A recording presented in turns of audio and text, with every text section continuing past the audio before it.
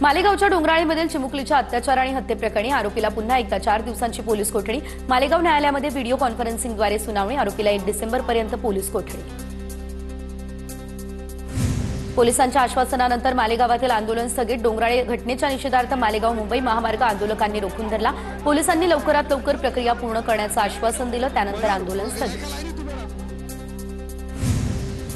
संतोष देशमुख यांच्या हत्येप्रकरणी 12 डिसेंबरला आरोपींवरील आरोप निश्चितीसाठी तारीख। न्यायालयानं फरार असलेल्या आरोपीबाबतची माहिती देण्यास कळवलं। 29 नोव्हेंबरला संतोष देशमुख यांचं प्रथम पुण्यस्मरण। भाऊ धनंजय देशमुख यांची ही माहिती।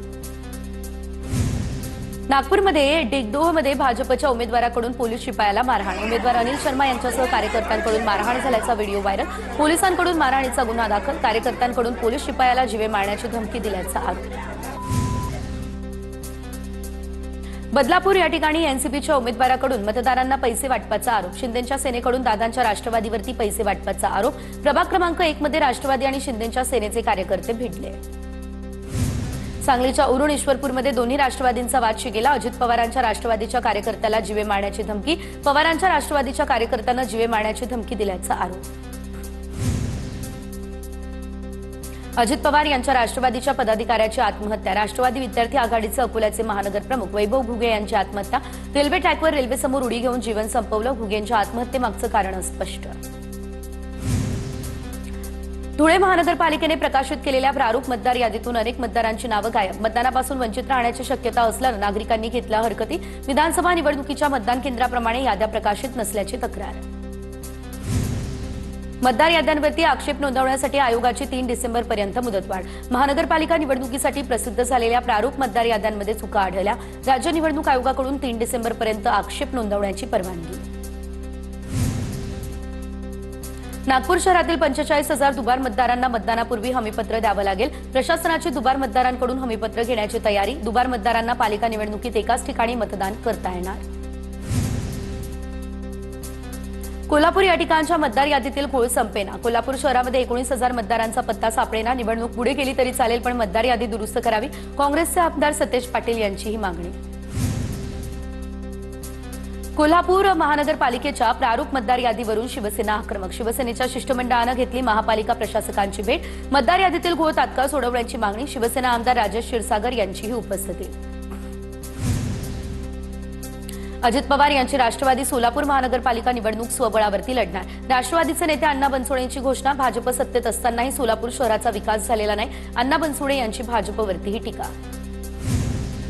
चिपळूण काँग्रेसमधील 3 पदाधिकाऱ्यांचे 6 वर्षांसाठी निलंबन। काँग्रेसचे प्रदेश उपाध्यक्ष गणेश पाटलांची कारवाई। बंडखोर उमेदवाराला साथ दिल्याप्रकरणी इतर दोघांवरतीही कारवाई।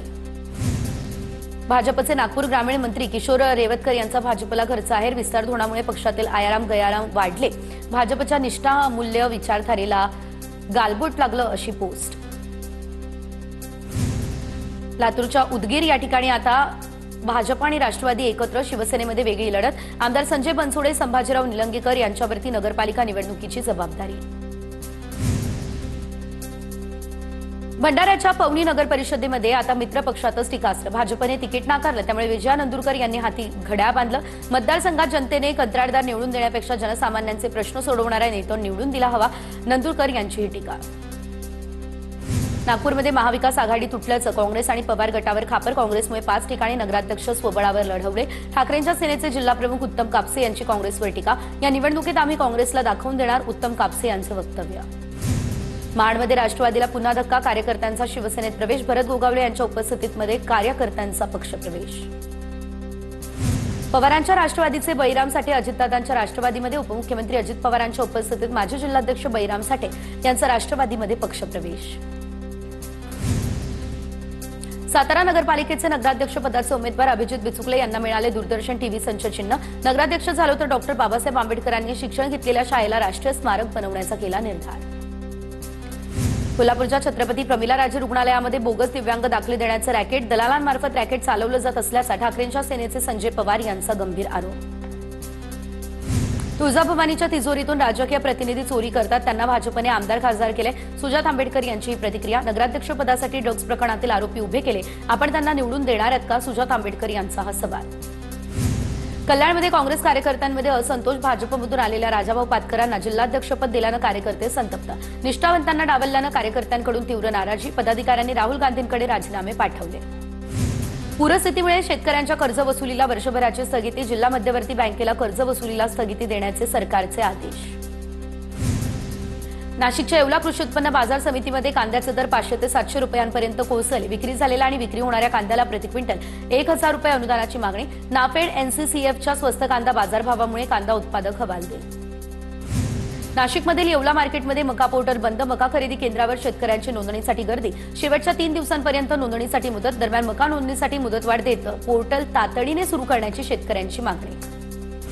साताऱ्यातील किल्ले प्रतापगडावरती शासकीय मानवंदनेमध्ये शिवप्रताप दिन मोठ्या उत्साहात साजरा.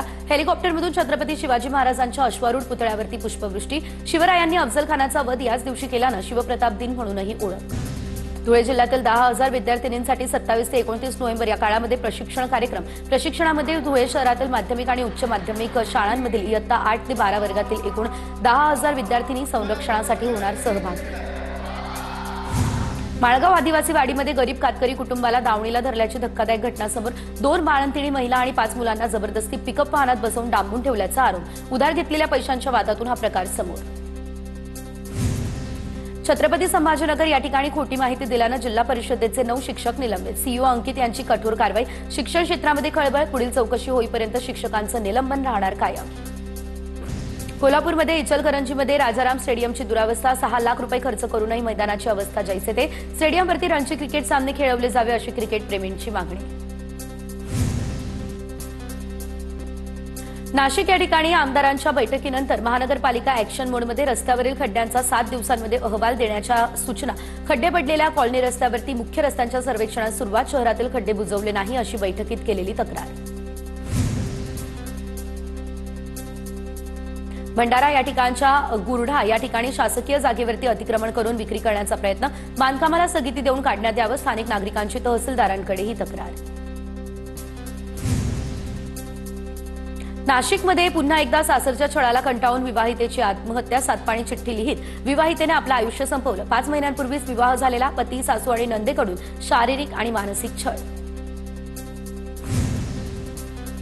नाशिकमध्ये विवाहितेच्या आत्महत्येनंतर चिठ्ठी सापडली. पती, सासू आणि 3 नंदांना अटक. माहेरच्या नातेवाईकांचा पोलीस ठाण्यामध्ये ठिय्या. न्याय देण्याची होतीये मागणी. साताऱ्यात गरुड गँग नावाने दहशत माजवणाऱ्या चौघांची पोलिसांनी काढली धिंड. सोशल मीडियावर शस्त्र देऊन दहशत माजवणारे चौघे अटकेत. 4ही आरोपींनी असं कृत्य होणार नाही अशी जनतेची मागितली माफी.